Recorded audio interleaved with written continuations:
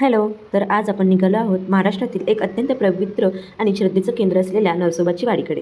कोल्हापूर जिल्ह्यात वसलेली ही जागा भगवान दत्तात्रयांच्या स्वयंभू स्थान म्हणून ओळखली जाते. कृष्णा आणि पंचगंगा या दोन पवित्र नद्यांच्या संगमावर वसलेली नरसोबाची वाडी मनाला शांतता देणारा अनुभव देते. इथे पाऊल ठेवताच एक वेगळीच सकारात्मक ऊर्जा जाणवते. लांबूनच दिसणारा मंदिराचा कळस आणि आजूबाजूचं हिरवंगार वातावरण मन प्रसन्न करून टाकतं. मंदिरात प्रवेश केल्यावर भक्तांची रांग, श्री गुरुदेव दत्तचा गजर आणि दरवळणारा अगरबत्तीचा सुगंध हे सगळं मिळून एक आध्यात्मिक अनुभव देतं.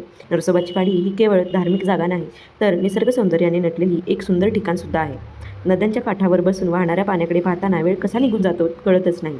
इथे येणारे भाविक केवळ दर्शनासाठी नाही, तर मनशांतीसाठी सुद्धा येतात. अनेक लोक नवस फेडण्यासाठी, तर काही जण जीवनातल्या अडचणी दूर व्हाव्यात म्हणून ते प्रार्थना करतात.